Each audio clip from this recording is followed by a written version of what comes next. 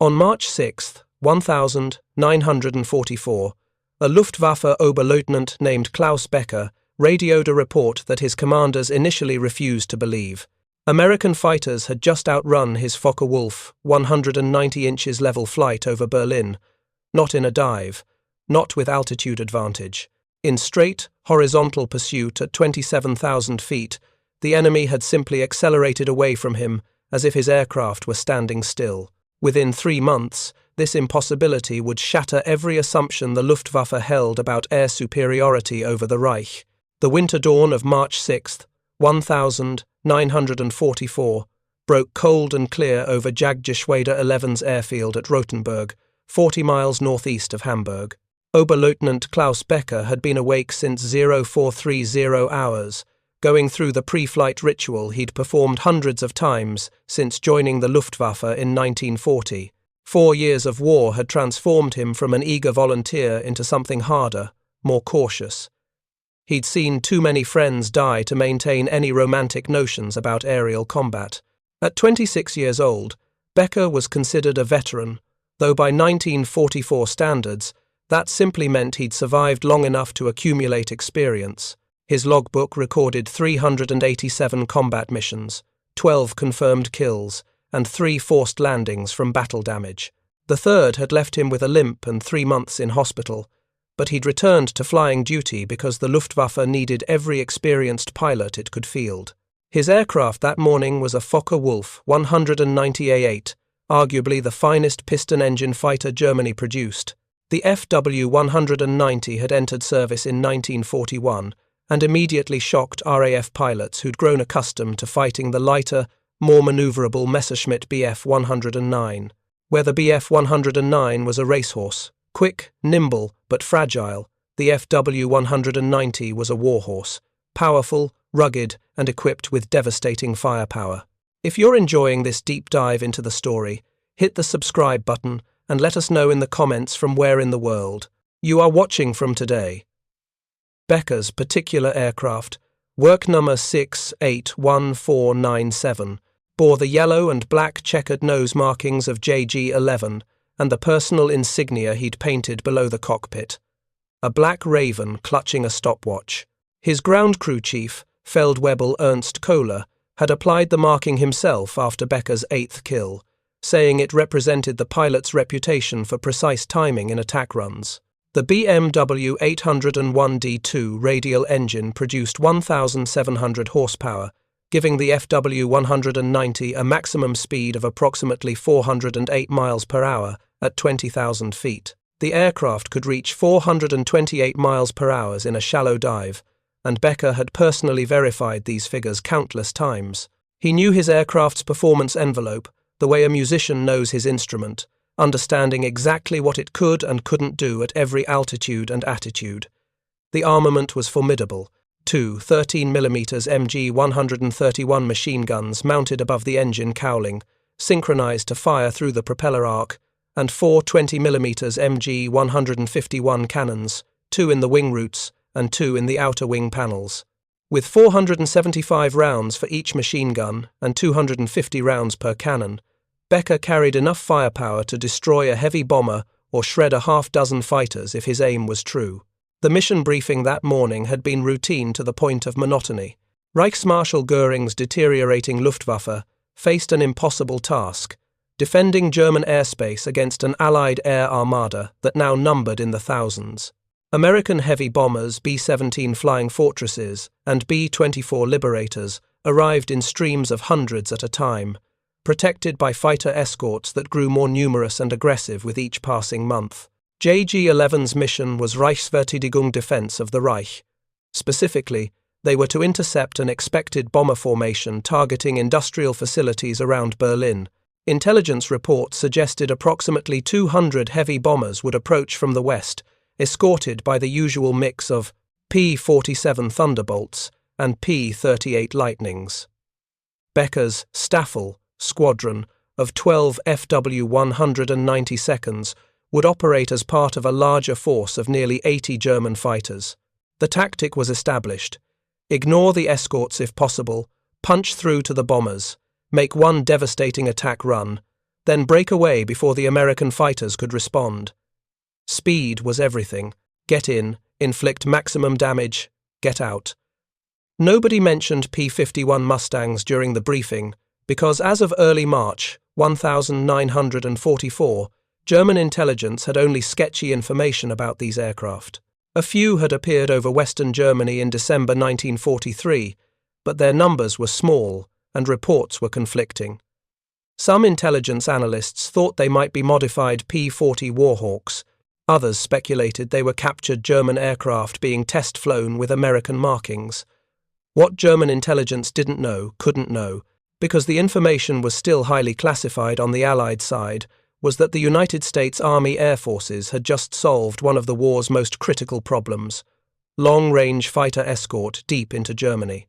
The P-51B Mustang, powered by the British-designed Rolls-Royce Merlin engine built under license by Packard in America, had entered operational service with the 354th Fighter Group in December 1943. Unlike the P-47 Thunderbolt, which guzzled fuel at an alarming rate, the Mustang could fly escort missions all the way to Berlin and back, a round trip of over 1,100 miles, and unlike the twin-engine P-38 Lightning, which suffered mechanical problems at high altitude in European weather, the Mustang was reliable, nimble, and fast, very fast. At 25,000 feet, a P-51B with its Packard V16503 Merlin engine producing 1,490 horsepower could reach 440 miles per hour in level flight. In a slight dive, or with a minor altitude advantage, that figure climbed past 470 miles per hour, and with experimental high-performance modifications being tested by some units higher octane fuel, careful, engine tuning, weight reduction, a few Mustangs were achieving speeds that shouldn't have been aerodynamically possible for 1,944 propeller-driven aircraft. But Klaus Becker knew none of this as he taxied his FW-190 into position for takeoff at 0647 hours. His wingman, Unteroffizier Heinrich Adler, pulled up alongside in his own FW-190, and Becker could see the younger pilot checking his instruments with the nervous energy of someone who'd only completed 23 missions. Adler was competent but green, the type of pilot who might survive to become experienced or might die in his first major engagement. The odds were roughly even. The 12 aircraft of 4. JG-114, the Staffeljagdgeschwader 11, lifted off in groups of 4, forming up over the airfield before turning west toward the expected interception point. The morning sun angled across the landscape below, highlighting the geometric patterns of German farmland and the occasional scar of a bombed-out factory or rail yard.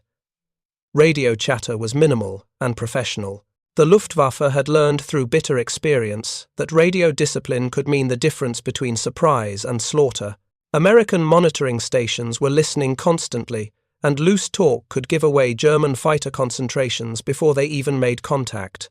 They climbed steadily to 26,000 feet, the altitude where FW-190 seconds performed well and where American bomber formations typically operated.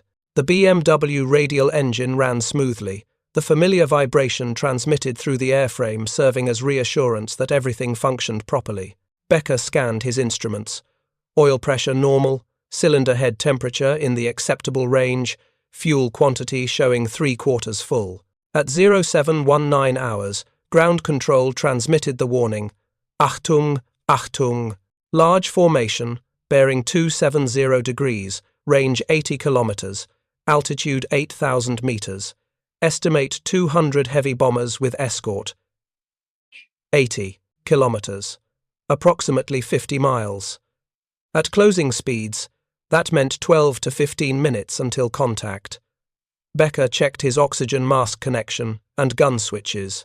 The familiar pre-combat tension settled into his stomach, not quite fear, not quite excitement, but a heightened awareness that in a few minutes, people would be trying to kill him and he would be trying to kill them. The bomber formation appeared first as a dark smudge on the western horizon, then resolved into the distinctive boxes of B-17 seconds 40 or 50 aircraft flying in tight defensive formations, their contrails painting white streaks across the blue sky. Becker could see the glint of sunlight off Perspex turrets and the tiny specks of escort fighters weaving above and around the bomber stream.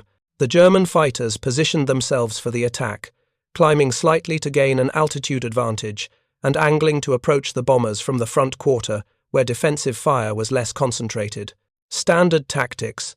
They'd done this dozens of times. Then Becker saw them. A flight of 6 fighters, silver in the morning sun, positioned high and to the north of the bomber formation. They were too far away to identify specifically, but something about their profile didn't match P-47 Thunderbolts or P-38 Lightnings.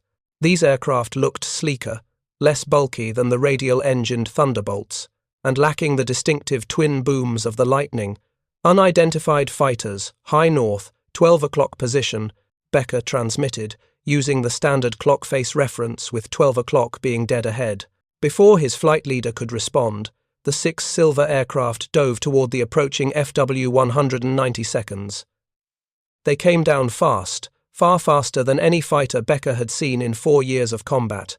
Within seconds, they closed from 3 miles to 1 mile, and Becker could now make out details. Inline engines with sleek cowlings, squared-off wingtips, bubble canopies that gave the pilots exceptional visibility. "Brake right! Brake right!" someone shouted over the radio. The formation scattered. Becker rolled his FW-190 hard to the right, pulling the stick back and stomping rudder to throw his aircraft into a tight defensive turn. The maneuver pulled crushing G-forces that grayed his vision at the edges and made his anti-G suit inflate painfully around his legs and abdomen. The American fighters, if they were American, at this point Becker still wasn't certain, flashed past at incredible speed. One passed close enough that Becker glimpsed the pilot's head turning to track him, saw the 6 machine guns in the wings, saw the invasion stripes and US star marking clearly. Then they were gone, pulling up and away so fast that Becker momentarily lost sight of them against the glare of the sun. "What the hell are those?" Adler's voice crackled over the radio, pitched higher with adrenaline. Becker didn't answer. He was too busy trying to regain position, to figure out where the enemy fighters had gone and whether they were setting up for another attack. The bomber formation continued onward, apparently unconcerned by the brief fighter engagement. The escort was doing its job, keeping German fighters away from the vulnerable heavy bombers. He spotted them again. 3 of the silver fighters had positioned themselves above and behind the German formation, sitting in what pilots called the perch, the perfect attack position. The other 3 were gone.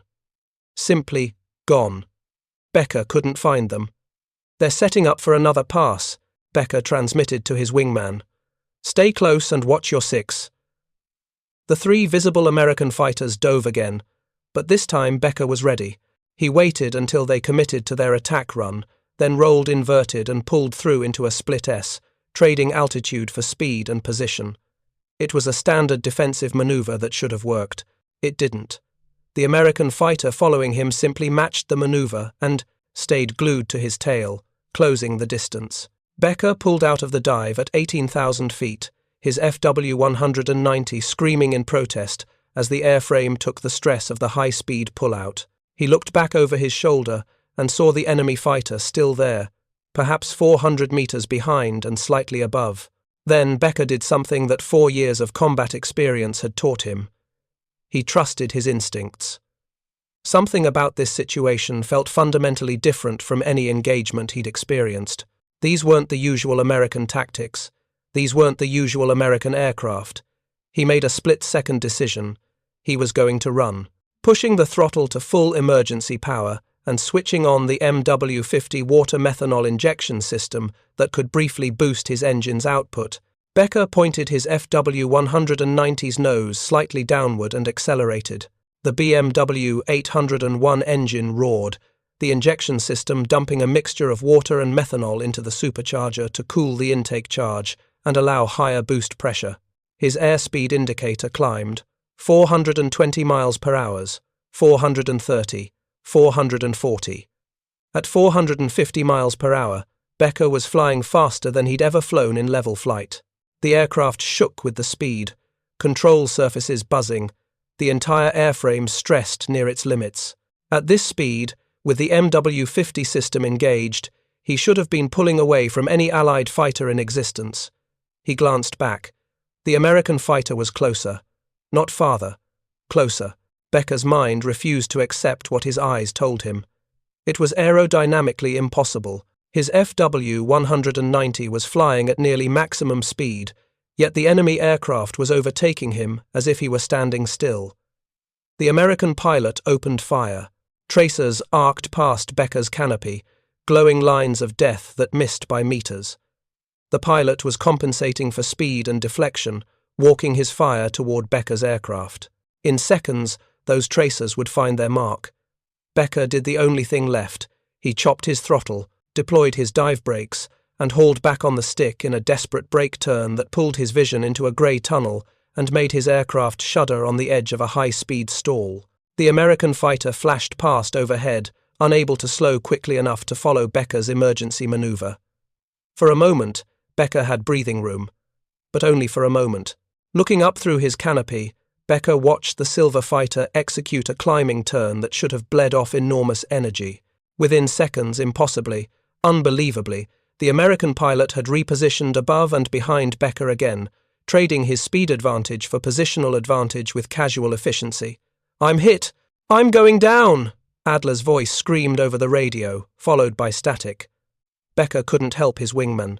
He couldn't even help himself. The American fighter dove again, and this time Becker knew he was out of options. His altitude was too low for another split S. His speed was too low for escape. His fuel state was critical from the MW-50 usage. He prepared to die. Instead, the American fighter pulled up at the last second and waggled its wings, a gesture Becker recognized from earlier in the war when chivalry still occasionally appeared in aerial combat.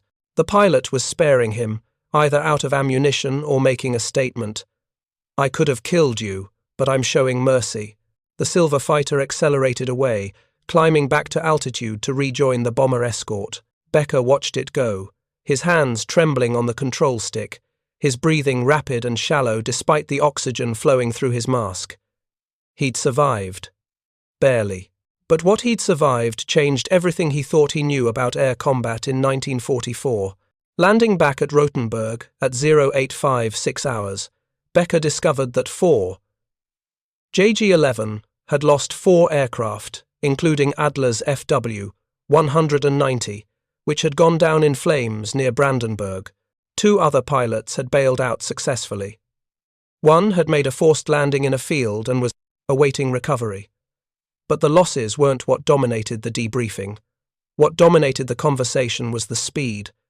"I had him in my sights," said Oberfeldwebel Martin Schroeder, a veteran with 19 kills. "Perfect deflection shot at 400 meters. I fired, and he just accelerated away.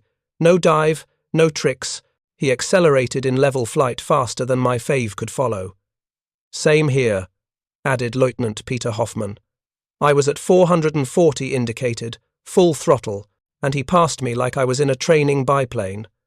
The Staffelkapitan squadron commander, Hauptmann Wilhelm Raeder, listened to the reports with growing incredulity. Raeder was 34, ancient by Luftwaffe fighter pilot standards, and had been flying combat missions since Poland in 1939. He'd fought in France, Britain, Russia, and now the defense of Germany. He'd seen every Allied fighter type in service. Nothing in his experience matched what his pilots were describing. "You're telling me," Raeder said slowly, "that these American fighters, which we don't have a designation for, were faster than your Fokker-Wulfs at maximum speed. By how much?" "I estimate 50 to 70 kilometers per hour faster," Becker said. "Maybe more. They were accelerating away from us in level flight at 27,000 feet. Raeder did the math in his head. If the FW-190 topped out at 656 kilometers per hour at that altitude, and the American fighters were 70 kilometers per hour faster, that put them at roughly 726 kilometers per hour. In American units, that was approximately 450 miles per hour. It was impossible. No piston engine fighter in existence could achieve that performance in level flight. Except, apparently, these could. "Armament?" Raeder asked. "Machine guns, heavy caliber. I counted tracers from at least 6 gun positions, probably wing-mounted. No cannon fire that I observed. Markings? Standard US white star on blue circle. I saw invasion stripes on one aircraft. The fuselage appeared to be natural metal, polished aluminum.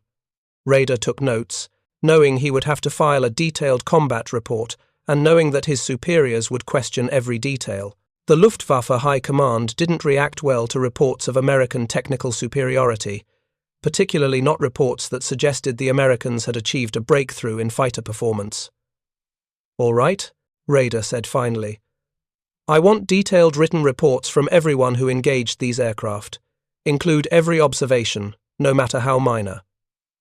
Becker: "You had the longest engagement. I want your report on my desk within 2 hours."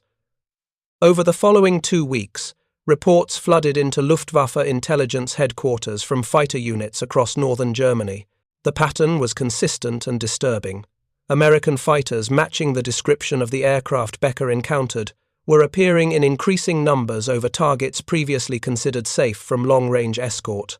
On March 8th, JG-1 reported engaging similar aircraft over Hanover. 3 FW-190 seconds lost, no American fighters shot down. On March 11th, JG-3 encountered them over Brunswick.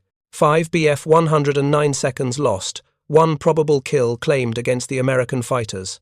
On March 15th, a formation of Me-410 heavy fighters attempted to attack B-17 seconds over Schweinfurt and was savaged by the new American escorts. 8 Me-410 seconds destroyed, 2 damaged beyond repair. By March 20th, Luftwaffe intelligence had compiled enough information to issue a preliminary identification report. The new American fighter was designated the P-51 Mustang, apparently powered by a British-designed Rolls-Royce Merlin engine. Intelligence analysts believed it was manufactured by North American Aviation in the United States. What the intelligence report couldn't explain was the performance. According to captured documents and technical analysis, a Merlin engine producing 1,490 horsepower shouldn't have provided the speed Luftwaffe pilots were reporting. The numbers didn't add up.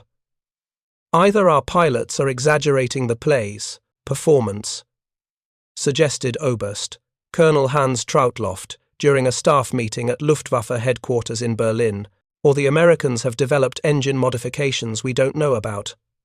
"Our pilots aren't exaggerating," said Major Hermann Graf, an Eastern Front veteran with 212 confirmed kills who'd recently transferred to Reichsverteidigung duty. "I've debriefed 24 pilots personally. These are experienced men, not novices prone to panic. They're giving accurate reports." "Then, how do we counter this?" asked General Adolf Galland, the General der Jagdflieger, General of Fighter Pilots, and arguably the most influential fighter commander in the Luftwaffe. Silence. The usual tactical solutions, altitude advantage, numerical superiority, better positioning, weren't working against an aircraft that could simply outrun German fighters attempting to disengage. The Luftwaffe's advantage in experience and tactics was being negated by raw performance superiority. "We need to capture one," Galland said finally. "We need one of these Mustangs intact enough to test. Until we understand exactly what we're facing, we're flying blind." The opportunity came sooner than expected. On March 22nd, 1944, a P-51B Mustang from the 354th Fighter Group encountered mechanical problems during an escort mission to Berlin. The pilot, First Lieutenant James Morrison from Oklahoma, managed to nurse his crippled aircraft westward before being forced to bail out near Magdeburg, roughly 70 miles southwest of Berlin. Morrison was captured within hours, his Mustang crashing relatively intact in a flat agricultural field.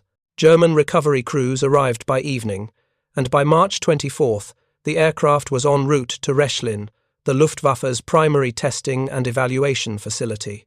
The Mustang's arrival at Rechlin generated the same excitement that the captured P-47 Thunderbolt had generated months earlier, but for different reasons.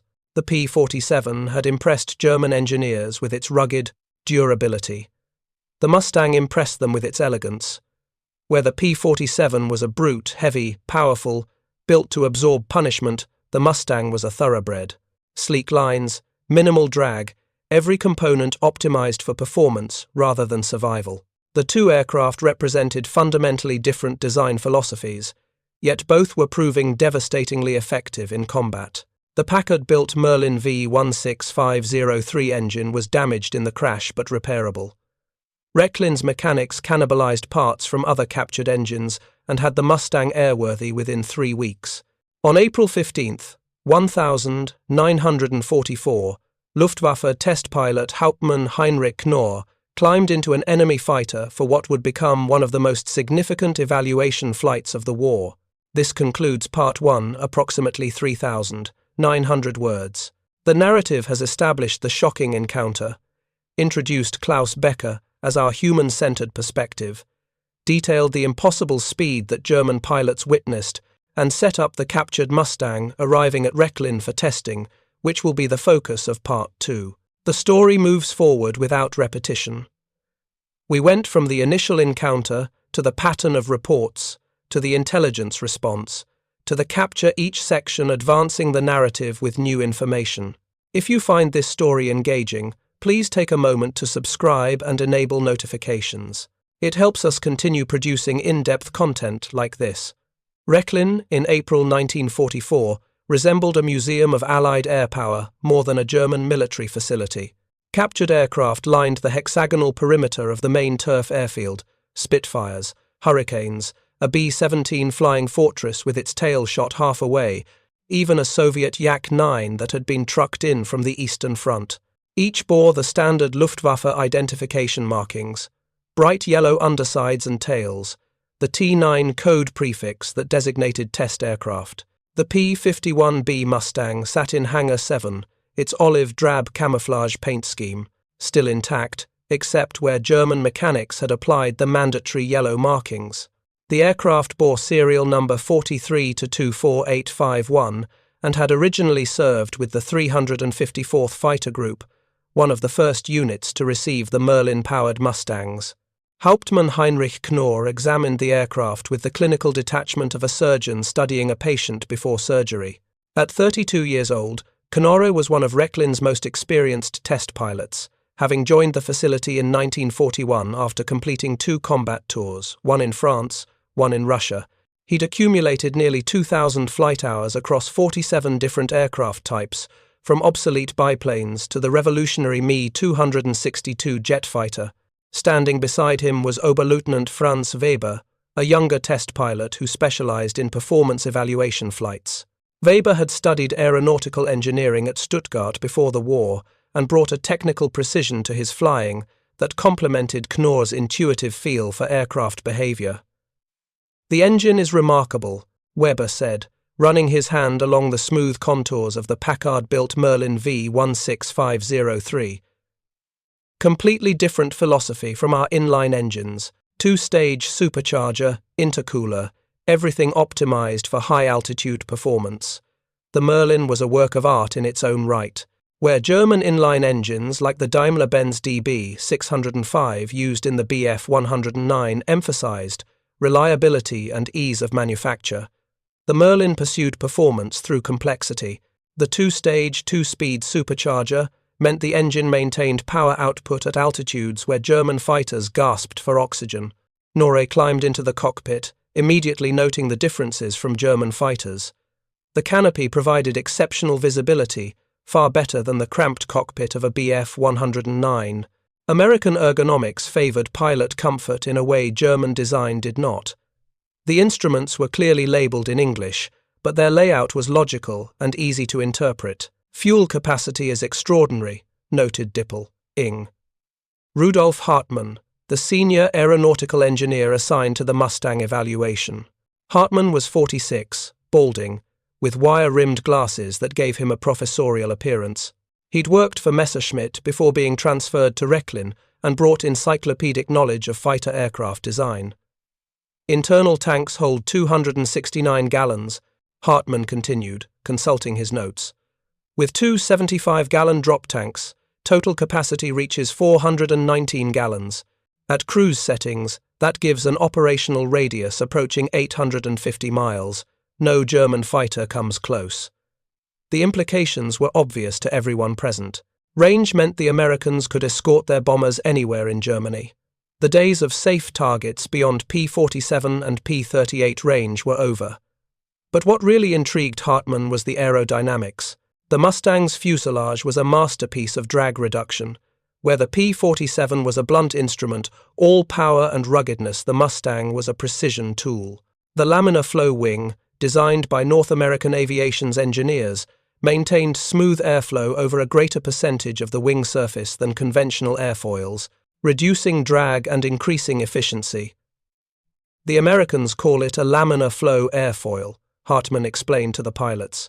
In theory, it maintains laminar airflow smooth, non-turbulent over 70% of the wing chord. Our wings transition to turbulent flow at about 30%. The drag reduction is substantial. In theory? Nora asked. In practice, even slight surface imperfections disrupt laminar flow, combat damage, dirt, rain, anything that roughens the wing surface. But even if it only works at 50% efficiency, it's still superior to our designs. The test schedule called for progressive evaluation. First, basic handling and performance. Then, comparative flights against German fighters. Finally, combat simulation with experienced pilots attempting various tactical scenarios. The entire program would take approximately 3 weeks if the Mustang remained serviceable. Knorre strapped into the Mustang's cockpit at 0820 hours. The morning was clear and cool, visibility unlimited, perfect conditions for a test flight. 3 chase aircraft would accompany him, 2 FW-192s and a Bf-109G, all piloted by experienced Rechlin test pilots who would observe the Mustang's performance and take comparative measurements. The Packard Merlin fired up with a distinctive sound, different from German engines, smoother somehow, less harsh. The exhaust note had an almost musical quality, a deep thrumming that spoke of barely contained power. Takeoff was straightforward. The Mustang accelerated smoothly, the tail came up at 60 miles per hour, and the aircraft lifted off at approximately 95 miles per hour with plenty of runway remaining. Nora retracted the landing gear and noted how quickly the aircraft accelerated once airborne. Climb rate is excellent, he transmitted to the ground observers. Better than both the FW-190 and Bf-109 at this altitude. At 5,000 feet, he leveled off and began basic handling tests. Rolls, turns, stalls, spins, all the standard maneuvers that revealed an aircraft's characteristics. The Mustang responded beautifully. Light control forces, harmonious response, no vicious habits. It was, quite simply, a pilot's airplane. At 15,000 feet, he opened the throttle and accelerated to maximum level speed.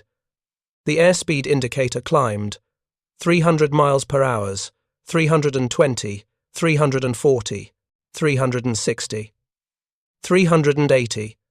At 395 miles per hour, the needle stabilized. This was approximately 20 miles per hour slower than the Mustang's published maximum speed, but Nora knew the captured aircraft had been repaired from crash damage and probably wasn't producing optimal engine power. Still, 395 miles per hour at 15,000 feet was impressive, roughly equivalent to an FW-190's performance at that altitude. He climbed to 20,000 feet and repeated the test. The Mustang accelerated to 410 miles per hour and held it, comfortably. At 25,000 feet, 425 miles per hour. At 30,000 feet, where German fighters were beginning to struggle with the thin air and reduced engine power, the Mustang was still accelerating. The needle touched 435 miles per hour and continued climbing. Knorr throttled back, his mind processing what he'd just experienced. The performance curve was inverted from German fighters. The FW-190 and Bf-109 performed best between 15,000 and 20,000 feet, their engines losing power rapidly above 25,000 feet. The Mustang performed best at the altitudes where German fighters were weakest. Ground control, this is test 1, Knorr transmitted. Maximum speed at 30,000 feet, approximately 435 indicated. Aircraft handling excellent at all altitudes. No adverse characteristics observed. The chase aircraft had been unable to keep up at high altitude. Both FW-192s had fallen behind as the Mustang climbed past 25,000 feet, their BMW radial engines struggling with the rarefied air.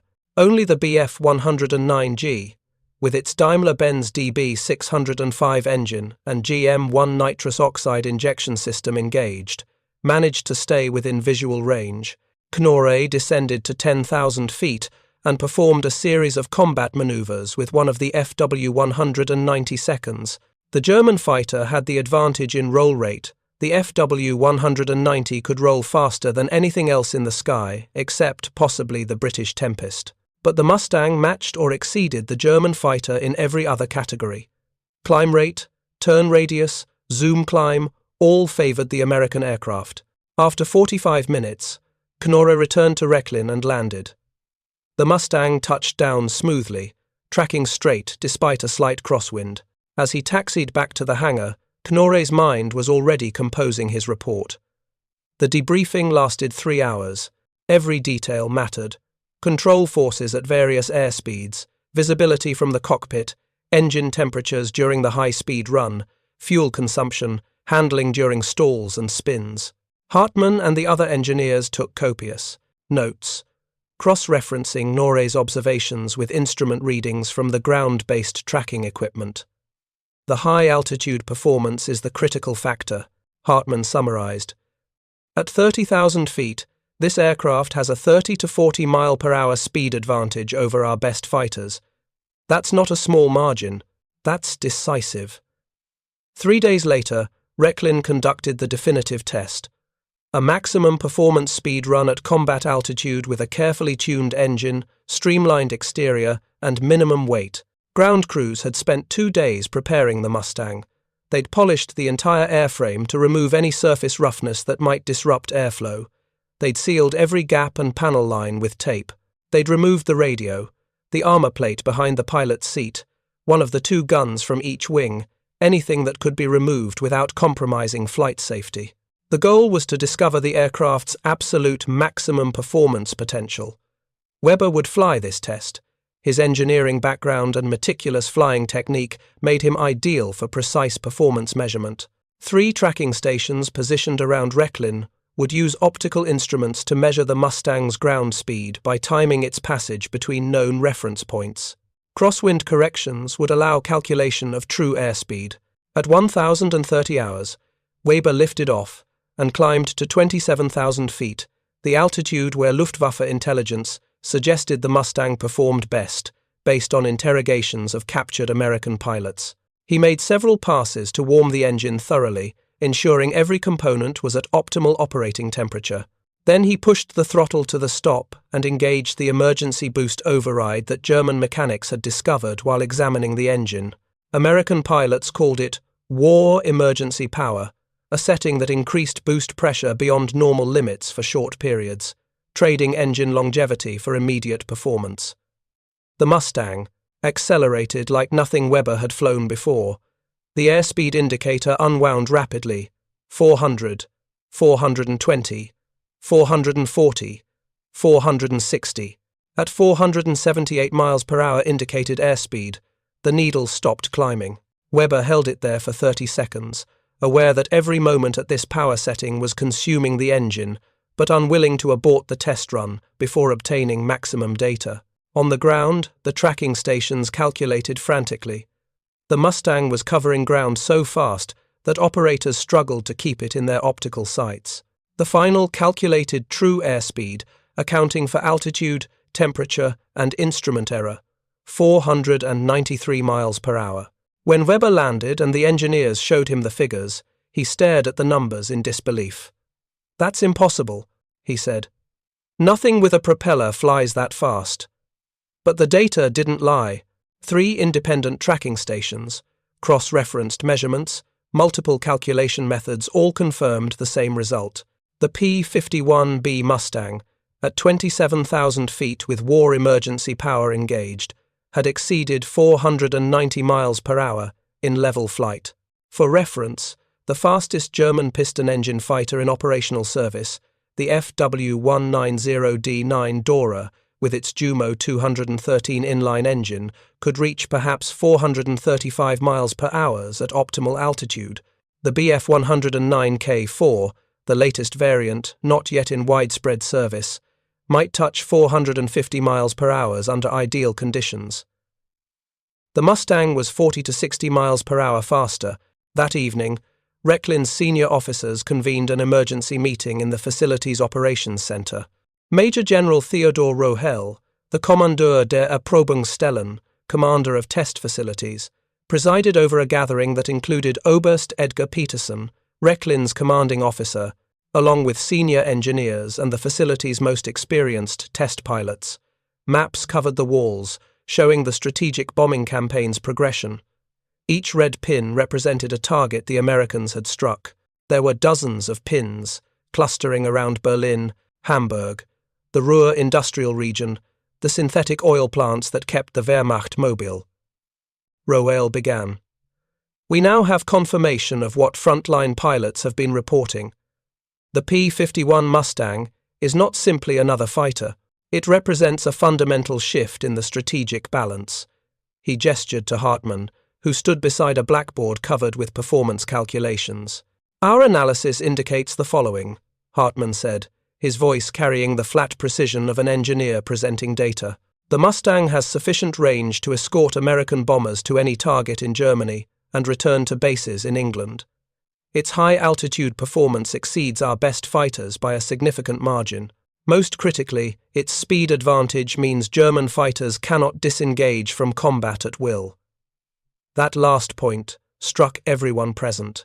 In previous air battles, if the tactical situation deteriorated, German pilots could often escape by diving away or using superior speed to break contact.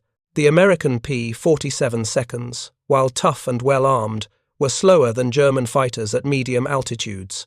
The P-38 seconds had speed but suffered from high-altitude engine problems in European weather. The Mustang had neither weakness. What about the TAR-152? Someone asked, referring to the high-altitude variant of the FW-190 that was entering limited production. That's designed specifically for high-altitude interception. The TAR-152H will be faster than the Mustang above 35,000 feet, Hartmann acknowledged. But how many do we have? 2 dozen? 3 dozen? The Americans are producing P-51 seconds by the hundreds. Even if the TAR-152 is superior on paper, we cannot produce it in numbers sufficient to matter. Rohel cut through the technical discussion with a question that got to the heart of the matter. Can we counter this aircraft with tactics?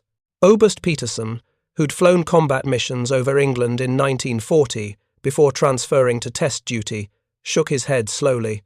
Speed is the ultimate tactical advantage in air combat, he said.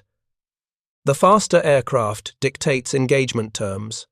It decides when to fight and when to disengage. Against an opponent with a significant speed advantage, tactics become secondary. What about armament advantages? Asked Major Erich Sommer, who commanded one of Recklin's evaluation squadrons. The Mustang has machine guns. At close range, our firepower is superior. If you can achieve close range, Peterson replied, the Mustang pilot who's paying attention will see you coming and choose whether to engage or evade. If he wants to fight, he fights. If he wants to run, he's gone before you can close to effective cannon range. The meeting continued for another hour, exploring every possible counter-tactic. Attack from above using altitude advantage? The Mustang climbed as well as, or better than, German fighters. Attack from the sun? Only worked if the American pilot wasn't alert. Head-on attacks? Suicidal and unpredictable. Ignore the escorts and go for the bombers? The Mustangs would bounce any fighters attempting bomber attacks. Every tactical option had a counter based on the Mustang's performance advantages. Finally, Rohel summarized the grim conclusion. We cannot match this aircraft with anything currently in production. The jets, the Me-262 and He-162, will have superior performance when they reach operational status, but that's months away at best. Until then, our pilots will be fighting at a disadvantage. Word of Recklin's findings filtered back to operational units through Luftwaffe intelligence channels. By early May 1944, fighter pilots across Germany were being briefed on the P-51's capabilities and warned about its performance advantages. Klaus Becker attended one such briefing at Rothenburg on May 8. The briefing officer, a Hauptmann transferred from Luftwaffe headquarters in Berlin, presented the information with clinical detachment. The enemy fighter you encountered on March 6th has been identified as the North American P-51 Mustang, the officer explained. Recklin has completed evaluation of a captured specimen. Maximum level speed exceeds 490 miles per hour at 27,000 feet. Range with external tanks approximately 1,700 miles. Armament consists of 6 .50 caliber machine guns with approximately 400 rounds per gun. Becker listened, his earlier combat experience now making sense. He hadn't been hallucinating or exaggerating. The American fighter that had run him down really was that fast. Faster, even, than he'd estimated during the heat of combat. Recommended tactics, the briefing officer continued, are to avoid engagement with P-51 seconds unless conditions heavily favor our fighters. Priority targets remain the bombers. If engaged by Mustangs, use cloud cover, terrain masking, and coordinated mutual support to break contact. Do not attempt to outrun Mustangs in level flight. After the briefing, Becker and several other pilots gathered informally to discuss the implications. Hauptmann Raeder, their Staffelkapitän, summarized what everyone was thinking. We're being told the enemy has a fighter we cannot match. Our job is to shoot down bombers, but now those bombers are escorted by fighters that can catch us if we try to disengage. It's a death trap, muttered Oberfeldwebel Schroeder, the veteran who'd also encountered Mustangs. They want us to attack bomber formations and just accept that the escorts will shoot us down because we can't escape. The alternative, Raeder said quietly, is to refuse combat, which means the bombers hit their targets unopposed, which means Germany loses the war. No one had a response to that. Throughout May and into June 1944, the P-51 Mustang became increasingly common in the skies over Germany. By early 1944, Mustang pilots were destroying significant percentages of experienced Luftwaffe pilots in air-to-air combat, and the arrival of more fighter groups equipped with the aircraft accelerated that trend. The tactical situation deteriorated rapidly for German fighter units. Missions that had been dangerous but survivable in 1943 became near suicidal by mid-1944. American bomber formations arrived with dense fighter escorts, not just Mustangs, but also improved P-47 seconds, carrying additional fuel in drop tanks, allowing them to penetrate deeper into German airspace. The mathematics of attrition worked against Germany. The Luftwaffe was losing experienced pilots faster than training schools could replace them. The Americans, with vastly superior resources and industrial capacity, could replace both pilots and aircraft with ease. Every German pilot lost was irreplaceable. Every American pilot shot down was replaced within weeks by a newly trained replacement. Klaus Becker flew his last mission on June 4, 1944, 2 days before the Allied invasion of Normandy. His Staffel was tasked with intercepting a bomber formation targeting oil refineries near Magdeburg. The intelligence briefing estimated 150 heavy bombers with fighter escort. The actual force that appeared was nearly 3 times that size, over 400 B-17 seconds and B-24 seconds, escorted by what looked like the entire American fighter force in England. Mustangs, Thunderbolts, and a few Lightnings swarmed in a protective cloud around the bombers. Becker's flight of 8 FW-190 seconds attempted to punch through to the bombers from above. They were bounced by Mustangs before they got within 2 miles of the formation. The combat lasted less than 3 minutes. Becker saw 2 of his flight mates shot down in the initial pass. He fired at a Mustang that flashed across his nose tracers, connecting but seemingly having no effect, before the American fighter vanished in a high-speed climb that Becker's FW-190 couldn't match. Another Mustang latched onto his tail. Becker rolled inverted and dove, pulling every evasion maneuver he knew. The American pilot stayed with him effortlessly, firing short, precise bursts that walked closer to Becker's aircraft with each attempt. Cannon shells struck Becker's left wing, shredding the aluminum skin and severing the aileron control cables. The FW-190 lurched violently to the left, barely controllable. More hits stitched across the fuselage. His engine began trailing smoke. Becker had perhaps 15 seconds before the aircraft became unflyable.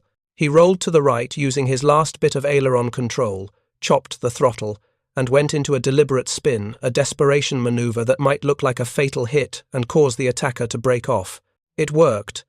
The Mustang pulled up and disappeared, presumably seeking other targets. Becker recovered from the spin at 8,000 feet, his aircraft barely responding to controls, his engine coughing and missing. He nursed it westward, away from the bomber stream, and managed a belly landing in a field near Helmstedt. He was alive, but his aircraft was destroyed, and of the 8 FW-192s that had begun the mission, only 3 returned to Rotenburg. The others were either shot down or forced to land with battle damage. That evening, sitting in the base hospital with a broken collarbone from the crash landing, Becker learned that JG-11 had lost 14 aircraft that day, 14 fighters destroyed, 8 pilots killed, 3 captured, 3 injured but alive. The bombers had hit their targets and returned to England with acceptable losses. By summer 1944, bomber loss rates had declined dramatically from their 1,943 levels, from nearly 10% losses per mission to around 1%. The difference was the Mustang and the new fighter tactics that allowed American escorts to hunt German fighters aggressively rather than staying tied to bomber formations. The long-range P-51 fighter escort allowed heavy bombers to strike targets deep in Germany while maintaining acceptable loss rates, fundamentally changing the strategic bombing campaign. Before the Mustang, many targets beyond P-47 range were effectively immune to daylight bombing due to prohibitive losses. After the Mustang entered service, nowhere in Germany was safe. The Luftwaffe tried everything. They formed specialized Sturmgruppen, heavily armed and armored FW-190 units designed specifically for bomber destruction, escorted by Bf-109 seconds, whose job was to keep American fighters away.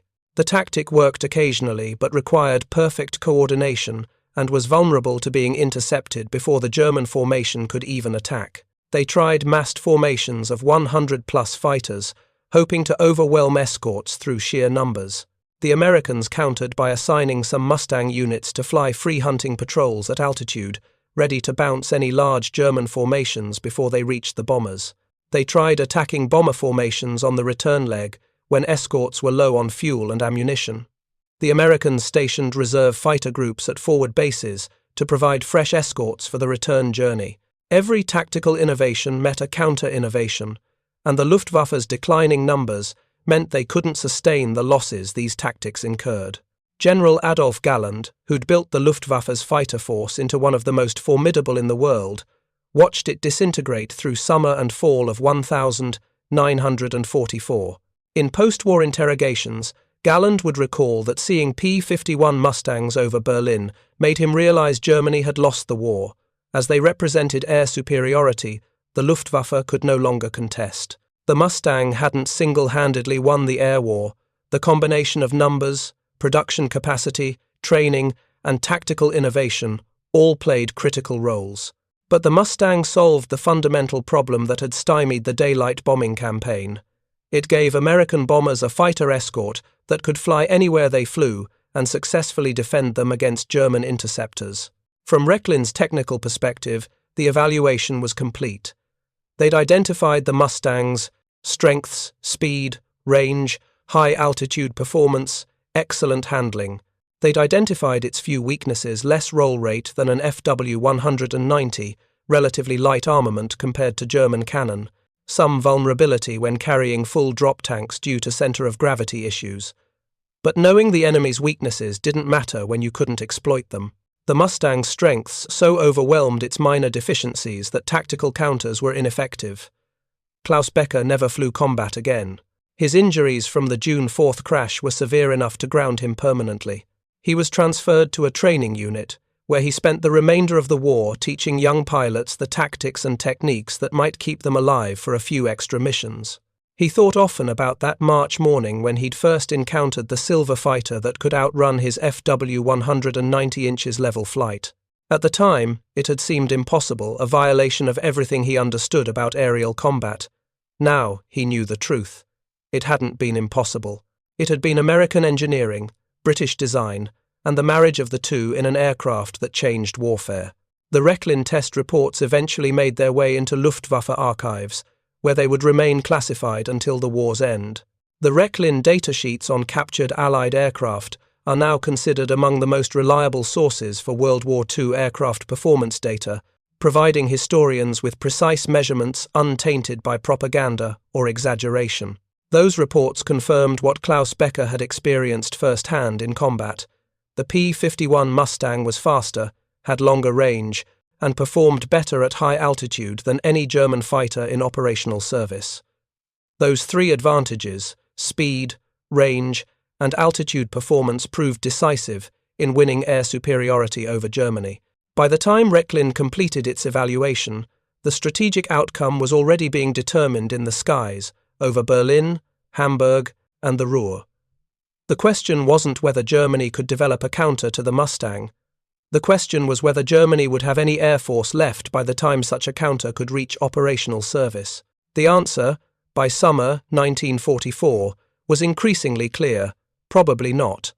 Thank you for watching. For more detailed historical breakdowns, check out the other videos on your screen now, and don't forget to subscribe.